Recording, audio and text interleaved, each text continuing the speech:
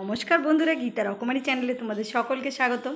তো বন্ধুরা, সকালের বাসি কাজ সারা হয়ে গেছে আর আমি চান পুজো করে টিফিন খেয়ে চলে এসেছি রান্নাইতে।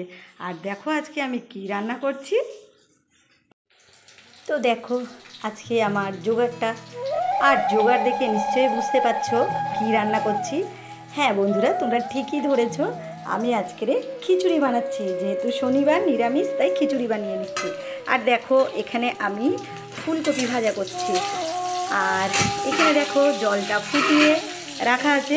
আর এবারে আমি ফুলকপিগুলো তুলে নিয়ে ওই তেলে আলুটা ভেজে নেব।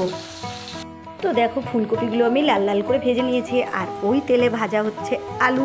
আর এখানে তো তোমরা দেখেইছো জলটা ফোটানো আছে, খিচুড়িতে ফোটানো জল দেওয়াটাই দরকার।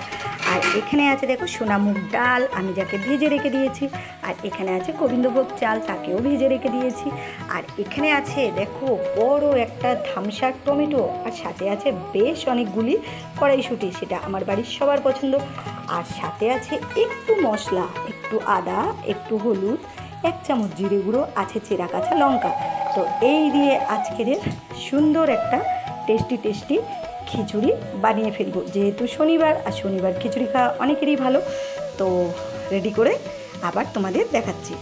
এবার দেখো বন্ধুরা, ভেজে রাখা ডাল আর চাল ভালো করে ধুয়ে এবারে ফোটানো জলের মধ্যে আমি দিয়ে দিলাম। তো চাল ডালটা ফুটে উঠতেই দিয়ে দিলাম ভেজে রাখা আলুগুলো।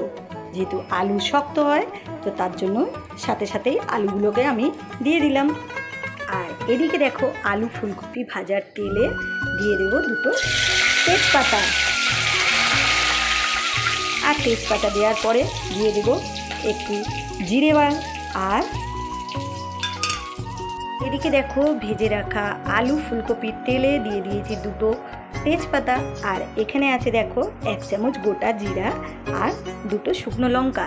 এইগুলোই আজ আমার ফোড়নে গেল। ফোড়নটা ভালো করে ভাজা হয়ে যাবার পরে দিয়ে দিলাম মশলাগুলো।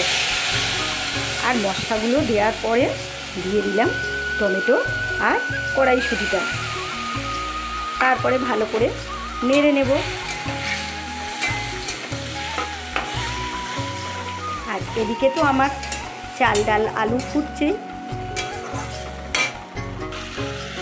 তো ফোড়ন, কড়াইশুঁটি আর টমেটো দিয়ে ভালো করে মশলাটাকে কষিয়ে নিলাম। এবারে খিচুড়ির মধ্যে ঢেলে দেওয়ার পালা। তো মশলাটা আমি ঢেলে দিলাম।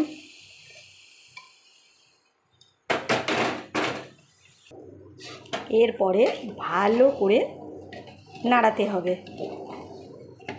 দেখো বন্ধুরা কি সুন্দর দেখতে লাগছে। তো ভালোই ফুটছে দেখো বন্ধুরা, কি সেন্ট। তো ভালোই ফুটছে। এবারে আমি দিয়ে দেবো আসল মিষ্টি, মানে নুন। তো নুন দিয়ে ভালো করে নাড়াচাড়া করে দিলাম। আর খিচুড়ি যেহেতু কম ঝাল, একটু মিষ্টি ভালো লাগে, তাই সামান্য চিনি। আবার ভালো করে নেড়ে দিলাম।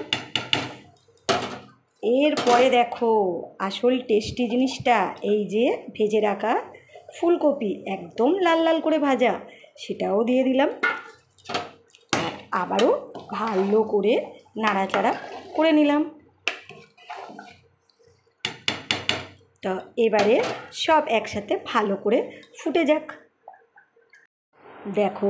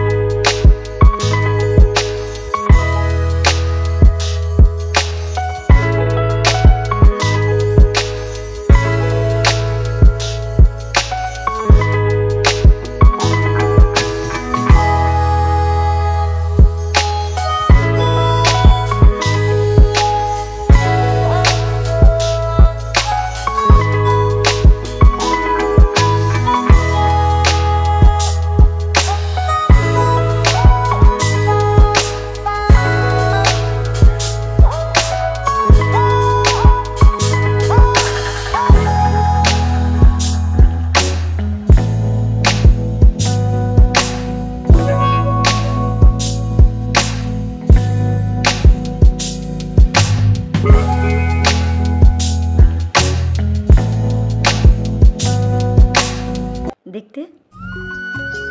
আমার তো খুব ভালো লাগছে, আর সেন্টটাও দারুণ উঠছে। আর সাথে নিয়ে নিয়েছি একটা চামচ, আর ফু দিয়ে খেতে কেমন লাগবে বলো তো? তো বন্ধুরা, গরম গরম ধোঁয়া ওঠা খিচুড়ি নিয়ে চলে এসেছি। তো আজকের এই খিচুড়ি রেসিপিটা ভালো লাগলে অবশ্যই লাইক, কমেন্ট, শেয়ার করে সাথে থেকো।